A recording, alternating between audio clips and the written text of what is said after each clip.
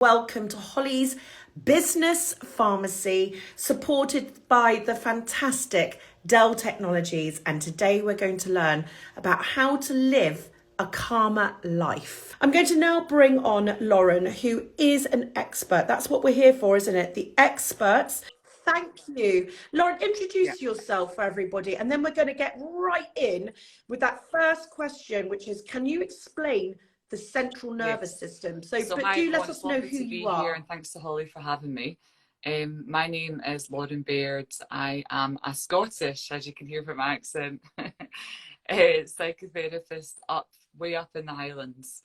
And I have a private practice. You can see it on Instagram, called Inner Glow Therapy. And I practice EMDR and CBT, but I'm mainly focused on working with trauma. And a big part of that is learning all about the nervous system that you've been discussing a little bit there, Holly. But I'm a mum as well, so I was really relating to some of what you were saying. What was the thing that you talked about, the triple shift? I've never heard of this before, but I was like, Yeah. yes, I'm there. I'm there. And it's the first time, right, Lauren, in generations that women are actually experiencing that. And it's that classic thing of women having it all and all and all, and how, and that is actually something we need to address, which is that it's not just what we're doing, it's societally happening, and this is an outside stress that's coming in on us. So it's a fascinating topic. I'm going to try and do more research about it and talk to you loads about that, and postnatal depression just being a normal consequence of the Western society that we live in. You know, my mum is in Spain, so she's not even here, and I've got a business and a job and all these things, and it's just a lot of pressure that we're placed under off the back of the pandemic. But anyway, I'm warbling. So shall I take us on to talking a little bit? Yeah.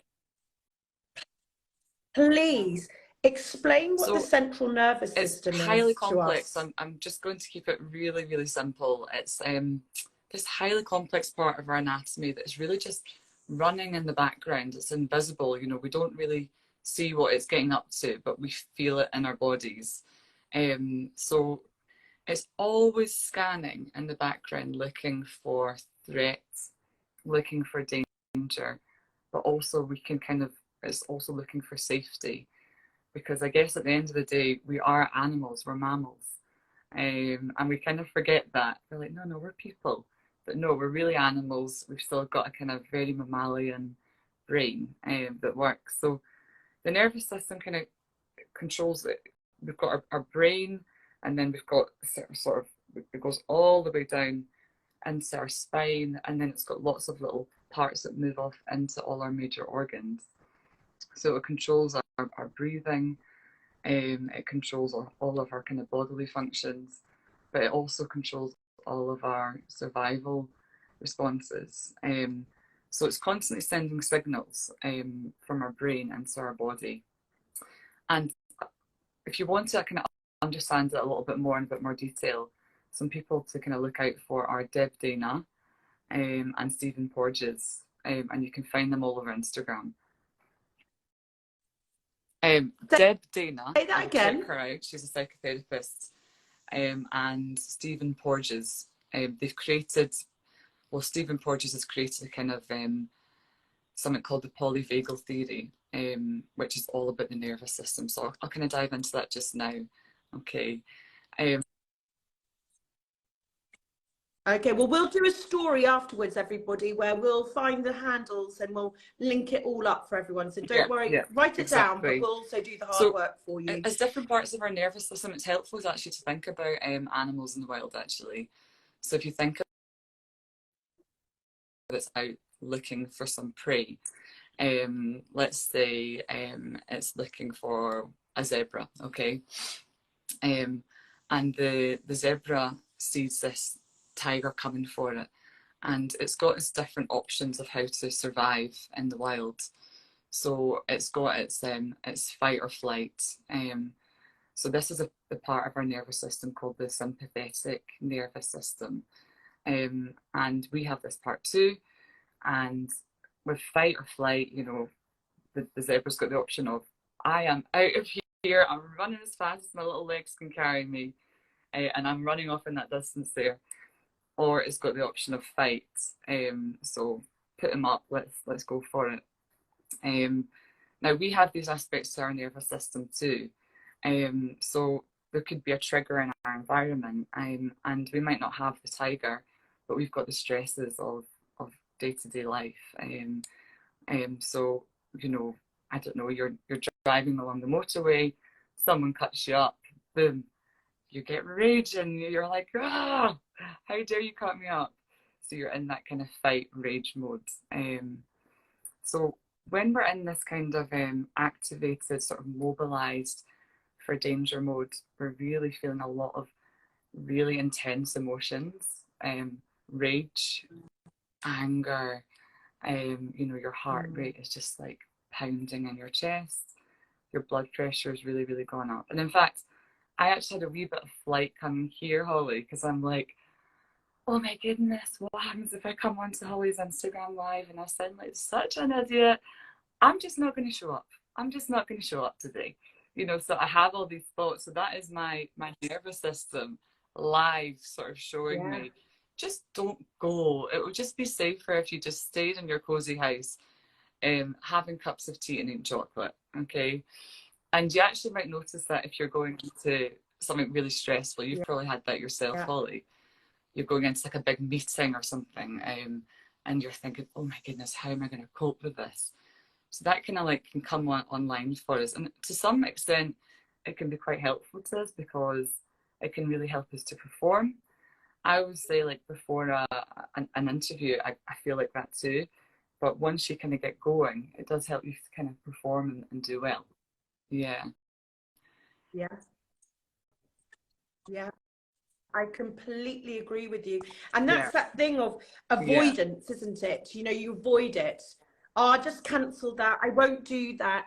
Actually, what that is your fear. It's your flight. It's kicking in. And so tell me, share the signals it gives us So I guess when it's overstimulated. So rather than just go on, but that's what we say, stress. We use that word stress. But ultimately what you're saying is it's our nervous system being overwhelmed, overstimulated. So we can kind of move between different states. So when we move into this fight or flight state, and we would call it dysregulated in the kind of psychology term, and that is where we become completely overwhelmed by fight or flight. And I actually was just reading some of your kind of comments, and someone said, oh, I get all these migraines. And I guess that's a part of the fight or flight kicking in there, that, you know, your blood pressure's increased, your heart rate's increased. So you might be shaking, your face is all flushed. This is where my husband would know if I was in fight or flight, because I'm like, you never do anything in this home. You know, you're maybe getting into that more sort of rage place. Anger, you're maybe saying something that you really don't mean. I don't know if you ever sent that email that you're like, oh, I just really wish I'd wait until tomorrow. And if I'd waited until tomorrow, I wouldn't have said, you know, all that sort of stuff. So these are the sort of signs that you're in that dysregulation, but you can't think clearly. So you're not thinking clearly. Your mind is like a million miles an hour. It's going really, really quick. Yeah, you're sweating. And what we would hope is, and I'll come to this in a second, is that you would be able to use some resources to kind of bring yourself back out of that zone. But sometimes if we've got a kind of trauma history as well, or even we've been in a really high stress situation for a long time, like maybe a top life. So it's really important to attend to the fact that I've just shared with you, when I'm raging at my husband, I go into that fight place. You know, that's a normal part of our nervous system, and we need that to it's just an adaptation to be in this world. But if we're staying stuck in it, that's I guess where the problems show up. Maybe with kind of chronic health problems, issues of kind of trying to numb it down. I don't know, through drinking wine, doing different things to try and get that to go away. Just get that feeling. Yeah. Yeah. That's interesting. Can I just ask, have you got your phone on the any computers on the internet at the moment around your Oh, phone or anything? Just so you're breaking in and I out have of an signal. iPad, so I've just switched it onto airplane mode.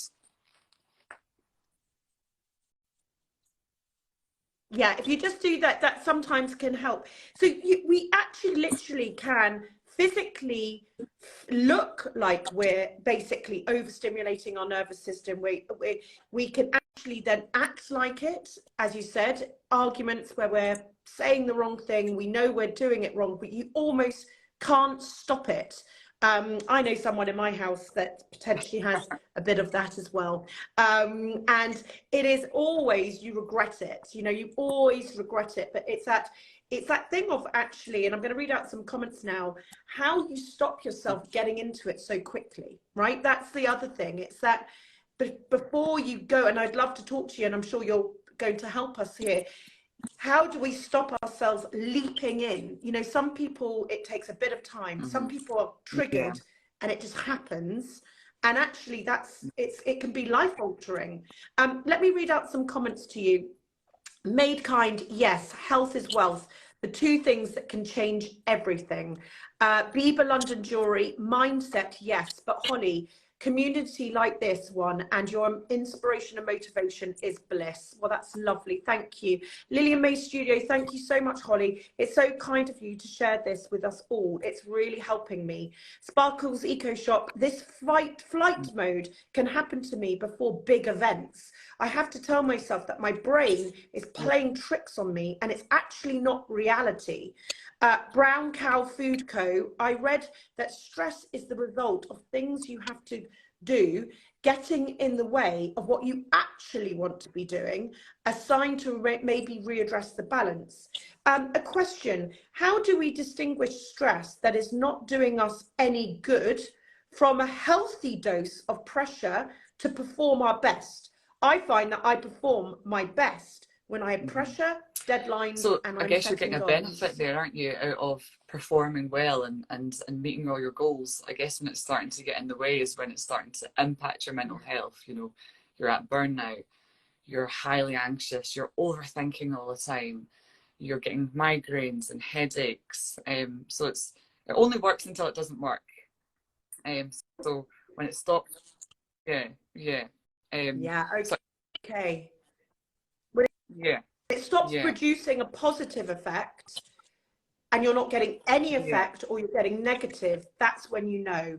And the other one was the Thoughtful Potter. When we have strong fight and or flight reactions, is this something that is I guess it genetic? can be.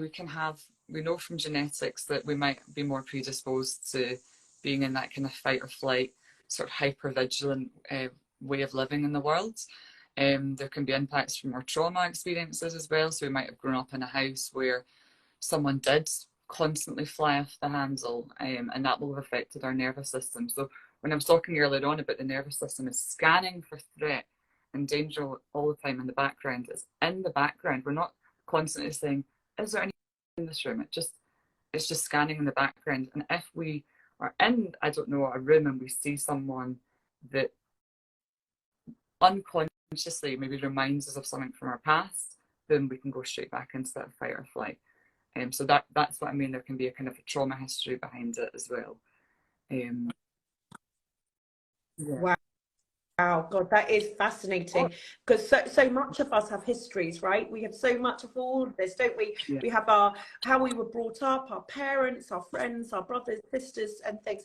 So what can we do when this happens? Right? We've gone off the handle. We've said things we regret. We know that we keep doing it, maybe. We keep, or we're running away from something that we know we need to address and we can't. I'm going to come What to this can in a we second, do? Holly, if that's okay. But I just quickly want to attend to as well. We have fight or flight, but we also have the kind of freeze, shutdown as well, collapse part of the nervous system too. So I'll come to what you were saying in a second, but I just think it's important we attend to that as well, because we've got the fight or flight, but if we can't escape from the threat in our kind of mammalian brains, we go into the shutdown collapse place. And that is where we kind of feel dissociated, numb, disconnected. The lights are on, but nobody's home. Someone's speaking to them in the room and we're not really hearing them. Someone says, "Hey, Lauren, how are you feeling?" I'm like, I don't feel anything. There's nothing there. So we've got these two different parts of the nervous system. I just wanted to attend to that. And then there's two different ways of kind of helping ourselves to resource these parts. I don't know if that makes sense. I've just jumped into something that's... Yeah. Totally.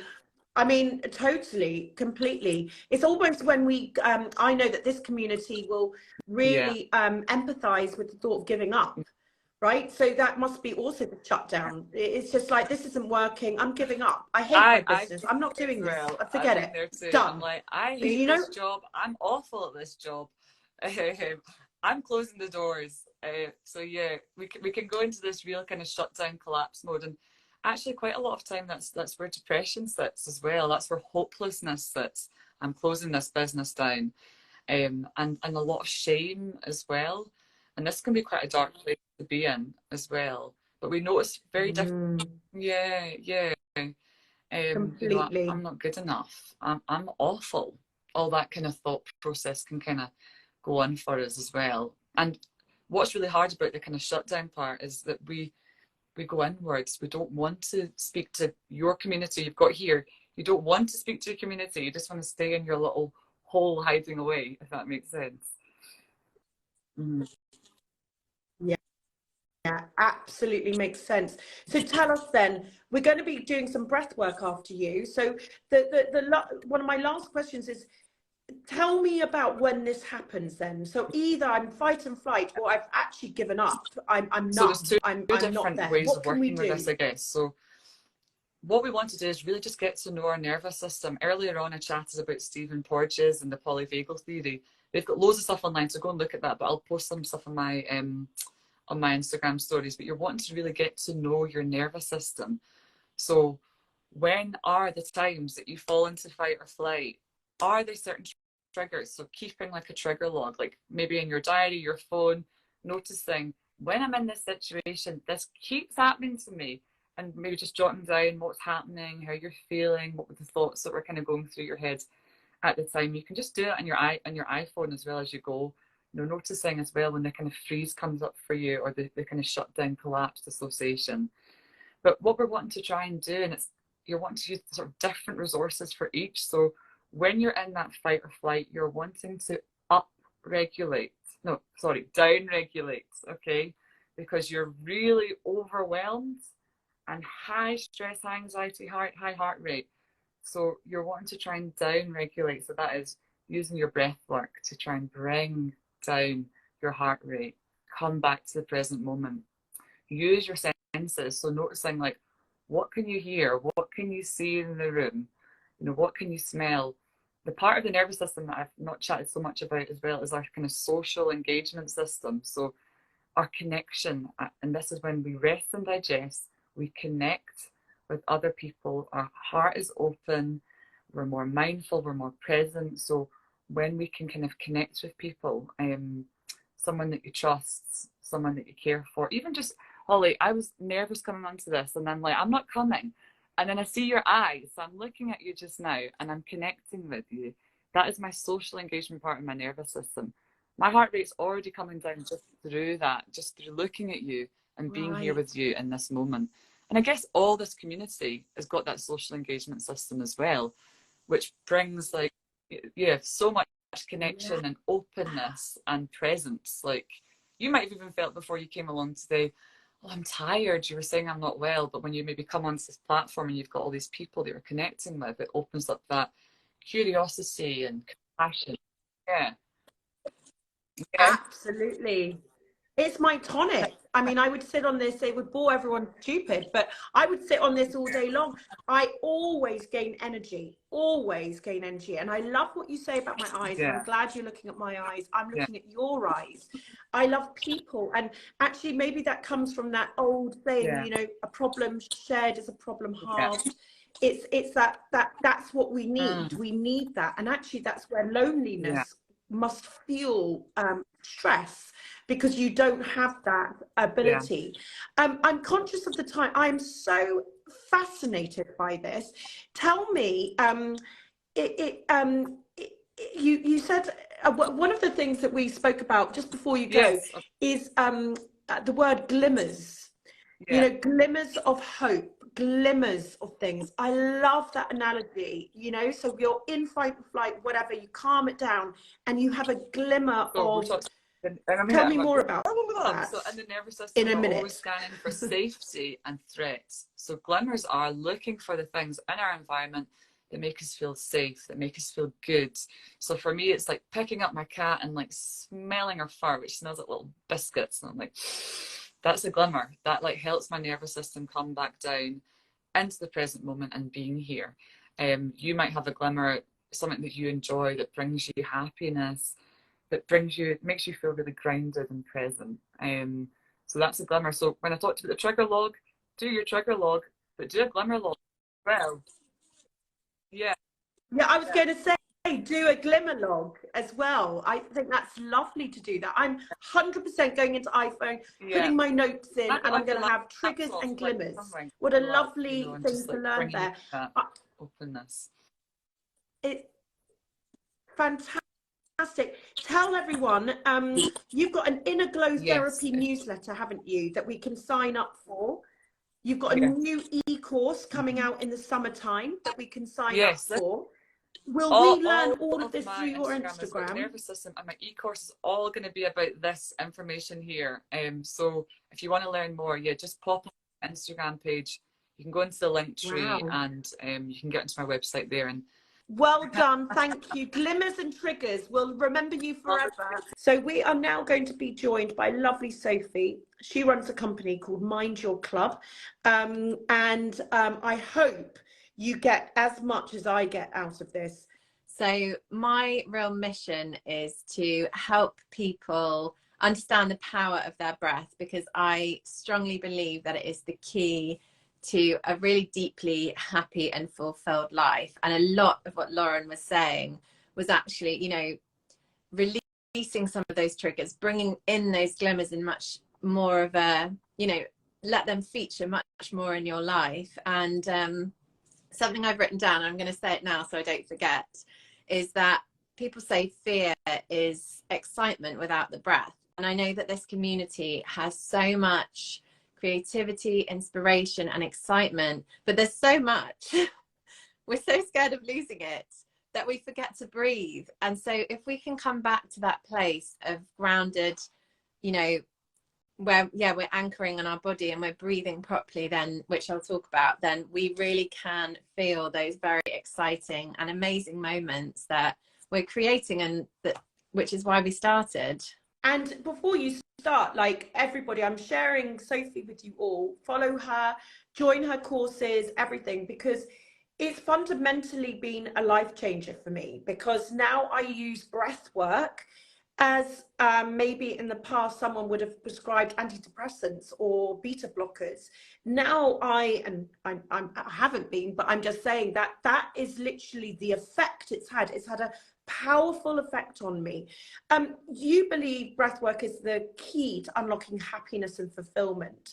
So I know you've got the three R's. What are they? The first one is restoring the body. And we're talking a lot about fight or flight mode. And I think people often connect with this idea of resilience with fighting and, you know, physical strength. But actually, it's about really finding strength in that inner place of calm. And when you restore the body, you're regulating your nervous system, because you're giving yourself, you know, a physical way of doing it, but also the space to just relax and let go and really truly heal as well. If we're rushing around in fight or flight mode, you know, we're a lot more vulnerable to those triggers, and, you know, even the immune system can get, you know, can lower, and it really, sorry, I just saw, there's a slight lag. Okay. So really restoring gives you that space to just be human and feel those more calm and positive emotions. And then that next thing, the next R, is really about releasing. And this is about releasing the tension in your body, releasing the stress, those triggers, those stored emotions, and to a level trauma as well. You know, breathwork is on a deeper level amazing at, you know, the somatic release of trauma that we've been through. And say, for example, you're rushing around, there's lots of things coming at you, lots of dangers, but lots of things that you hold in your heart, really, because they've triggered you, but you want to be okay. I'm okay. Just carry on. And actually you're giving yourself that space and those tools to just acknowledge that and go, you know what, actually I'm really upset that that woman shouted at me in the street, or that, you know, that shop didn't take my product. What I'm trying to think of relative examples, but you know, it gives us that chance to actually let go of those things, let them lose their power over us, and we're not trying to erase them. And finally, the most amazing bit, which is really reconnecting with yourself, finding that space for inspiration. And I know you mentioned, you know, you've started thinking of ideas, and when you're clouded, when you're stressed, and when you're not feeling your best, it's really hard to get to a place of inspiration and find those nuggets. And when you're feeling good, when you're feeling connected with yourself, you understand your own needs and desires, and you can really, you know, also give yourself that space to be a little bit kinder. I think often we also have a really harsh voice when we're doing so much, and it just gives you that sense of self again, so that you can build your self-esteem, your confidence, and your self-belief too. It's just fascinating, and I'm literally her guinea pig, okay, everyone. So I'm actually doing this stuff, and it is true. It is really, really true. I feel like I almost couldn't. What is the statistic of us adults and how we're breathing? It's scary. It's 70% it's of scary, us aren't breathing properly, and the main reason for that is because over 70% of us in the UK at one time are mostly stressed or overwhelmed. That is a recent statistic. And 79% of people in the workplace are always feeling overloaded or under pressure. So we go into this fight or flight mode. And if you think about technology in our brains, the way that tech has evolved has been absolutely incredible. But our little brains, you know, are nowhere near that. So we really have to give ourselves some compassion and some time to be human, be away, have that boundaried space to just decompress, feel into the body, because it's so tempting, and it is, you know, actually addictive to be going on these things, searching for these dopamine hits, when actually if we just come back to ourselves, then we can recharge, decompress, and go back out in a way we want to be seen, want to talk, you know, all those things that we may otherwise feel nervous about holding back from ourselves. I'm just trying to help with the lag here, so I'm just giving you a pause when you finish. One of the things, and we're going to actually get into actually now learning a few techniques, because this is the thing, these are now the tools I'm using. One of the things I'm finding that I use it for is to be more Holly. Actually, I find that I can show up maybe when I'm in fight and flight, and I do not want to present myself in a certain way. It's not who I am. But what my breath work does is it gives me a moment between thought and reacting, and actually how I want to show up. It's that little space in between that I'm using my breath work for. I'm also using my breath work when I'm dealing with a particularly stressful situation. Before meeting Sophie, everyone, and I think this is the 70% of adults, I breathed here always. And that is fight and flight. And someone mentioned just here, what's this sighing got to do? I keep sighing during the day, and I know someone that does a big, I'll just hear her working, and then she actually, and I've done it before, forgot to breathe, because actually I think this is part and parcel of 70% of us not breathing properly, is we can forget to breathe because we're so ingrained in what we're doing, or the overwhelm or the stress that we're feeling. So I'm using it in two ways. One, to be more me, and it is working. Two is to is basically to make my ability to deal with hard situations easier. And actually, I'd say there's a third thing I'm using it for, is I understand this year that I've got a lot coming up and I needed to put some mechanisms in place to preemptively be in a better situation in my body to deal with stress. You know, I needed to learn some tools that weren't just tactical. When the shit hits the fan, I breathe. It's actually trying to make the whole self better. So those are the things. I'm going to read out a few comments, Sophie, before we go into the a few techniques. Inner glow therapy. Freeze is so hard to deal with. It's like a rabbit in the headlights. Use your breath and grounding techniques. Move your body. Sparkles Eco Shop. I can forget to breathe properly at times, especially if I'm overwhelmed. The Green Door Project, Coach Kate. Breathwork is my favorite tool for managing stress. It's so accessible and such a simple practice that if you get it right, you can keep your nervous system significantly better state. Love it. And Yellow Feast, I read that deep diaphragmatic breaths also work as a pump for the lymphatic system. So it helps detox your body too. So yes, Jock Studios, you said, I'm always sighing throughout the day. What's that about? Hopefully we've answered that. So Sophie, let's get into, I think you're going to tell us 3 things that we could learn. Okay, everyone, are you ready? Is everyone ready? Tag someone in if you think they need to learn 3 ways of breathing. Remember, 70% of people on this Instagram live don't breathe properly. Okay, so the first thing we can all do, and if you just take one thing away today, it is to be breathing through your nose. So if you're breathing through your mouth, then our mouth is actually not an official part of the respiratory system. Our mouth's there for panic mode. You can probably picture now yourself, you know, getting panicky and how that feels.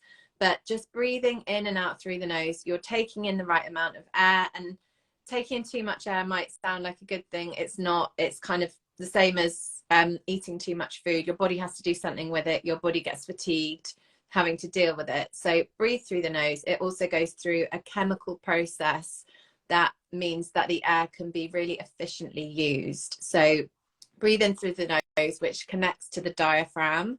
And we really want to be using that diaphragm because it can get stuck or frozen. We're talking about sighs. We're talking about forgetting to breathe. Breathing, that's the second point, is just breathing into the belly. So I say belly because I think people can then really picture it, and you can even put a hand there. So breathing properly is nose, breathing into the belly, and very simply relaxing the shoulders, because then you're letting go of tension with around the respiratory system. So panic mode and normal breathing, but through the nose. And can I just, I know we've got a lag. Sophie makes me like, it's almost like having your belly at its most full. It's definitely not what you want to do in a photograph. It's the opposite of that. So when you're breathing in, it's actually, Sophie will put her hand on my belly, and it needs to be almost stuck out, because I'm getting the breath right deep into the body rather than remaining here. So I was just putting that in practical sense, that is literally what she's doing. She's putting a hand on my belly, and it needs to be a belly, because you're getting your air into it. Yeah, exactly. Perfect. And you can That's just practice that, tip. and breathe right into the belly and hold it there. That's a really good way of activating the diaphragm and almost exercising it. And you can do it subtly and not look like you're announcing a pregnancy, which I often do in my videos, I'm sure. So the next exercise I'm going to talk you through is a really simple one. And actually, I decided this at the last minute, and the reason I want to teach such a simple one is because when you are overwhelmed and stressed, and it's connected to belly breathing, well, it is belly breathing, you know, it's actually, and you talked about an anchor, Holly, as well, right at the beginning. This is my anchoring breath when I just can't even concentrate on numbers. You know, the kids are going off, someone's trying to call me, someone's at the door. Just breathing into your belly and just really finding that anchor and watching the breath come in. And you can even picture it like an anchor and feel that sense of gravity through the body as you breathe in and out. And belly breathing is our primal way of breathing as well. If you think about a baby, they're always breathing into their stomachs. We're told we should be holding our stomachs in, according to, the magazines, but just really deeply grounding, and it's very energizing as well. We store a lot of fear in our belly. I'm sure lots of you watching can relate to that, your stomach going, oh, when you're stressed. And actually, if you bring some space and energy to that area, it really, really helps to do that. And it's so simple to connect to that idea as well, and I think that's really important. So I'll tell you, and I'm just looking at my little list, another breathwork exercise that we did recently, Holly, and it's called 4-7-8 breathing, and it is definitely my go-to. And the reason is that you're breathing in for 4, then you're holding for 7, and then you're breathing out for 8. So that breath hold and that extended exhale is going to activate your vagus nerve. And I won't go into that in too much detail because Lauren mentioned it, and I think you guys are going to share some more information about it. And again, the polyvagal theory, and it's all about activating the vagus nerve and building vagal tone, which is what stress resilience is all about. So just doing those 2 things without even needing to understand why are going to be really, really positive. So you can do those in isolation. An extended exhale can just help you get back to sleep if you're, you're awake in the night, or if you're having trouble falling asleep. But combining those 3 things is just like the ultimate breath work, in my opinion.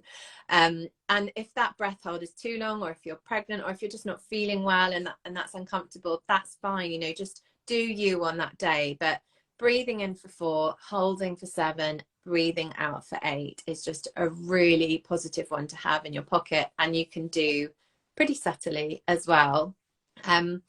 And just a quick fact as well, I can tell you some more exercises if you want, but I know that we're coming up to the hour, or we are in the hour. But 3 minutes a day of conscious breathing, so that's controlled breathing, is scientifically proven to benefit your overall health, your vitality. And this is really comes down to your heart rate variability, which is, a key indicator of overall health. So if you can do it now, go make a cup of tea, do your 4-7-8 breathing or your belly breathing, that conscious controlled breathing. It's going to change how you're feeling. It's going to balance your oxygen, carbon dioxide levels. And it's just everyone can fit 3 minutes in. So that's my final tip. It's absolutely brilliant. And that just on, I'm just going to read out a few comments here. Wouldn't you love one? This would be so helpful for young children. Oh my goodness. Wish we could get into that education system and inform time. They just learn how to breathe, which would then help them in the playgrounds, help them with overwhelm, help them with so many things. But maybe us as parents can help our kids breathe now if we're more aware. Pepper and Mint Studio, as someone who is battling hypochondria, when meds fail, I turn to breathing exercises for immediate results, which helps me in that moment. I'm so great that you shared that, Peppermint Studio, and I wish you well on your recovery. The Thoughtful Potter, I get stressed when flying, and I tried this box breathing when I felt anxiety rising, and it really helped me keep calmer. For the first time ever, I was able to sleep. Deborah, this is amazing. The extended breath out is basically, isn't it? This is where you're saying, and we can't really get into it now, but we'll do a couple of stories on it. It's really helpful for stimulating healing, isn't it? Because I think when we think about breathing, we're all about the in. We're all about the in. But actually, what you've taught me is as much as the in, it's about the hold and the out. And you always say, what's your word? I love when you say to me, a little sip more. You say, can you give me a little sip? It's like literally, she says, can you just do a little sip more? As in, can you just exhale a tiny bit more? Because this is something that we just haven't learned. We haven't learned these things, and it really is fascinating. Sophie, everyone's going to want to learn to breathe better. What can they do So with you? the best How can way they have is the to Sophie join effect? me in my online breathwork studio. So we have tons of audios, and actually breathwork for flying is next on the list. But you know, things like breathwork for overwhelm, breathwork for a bad mood, breathwork for rage, breathwork for feeling success, because I don't think we give ourselves enough credit, and that affects our energy. But yeah, and I do lots of live sessions weekly and then monthly restorative ones, lots of self growth, emotional release in that. And we're actually this month, our monthly workshop's going to be about exploring triggers, which is going to be a really juicy one. And that's just mindyouclub.com, or I'm over Instagram at mindyouclub, and there's loads of info there. Or, you know, always love to chat breathwork in the DMs as well. And I can't recommend her enough. It's life-changing stuff, everyone. And hopefully this session has really shown you that. Sophie, I'm going to let you go. We've run over, but absolutely thank you so much. And I hope everyone takes you up on your offer to join you. Lots of love. Bye.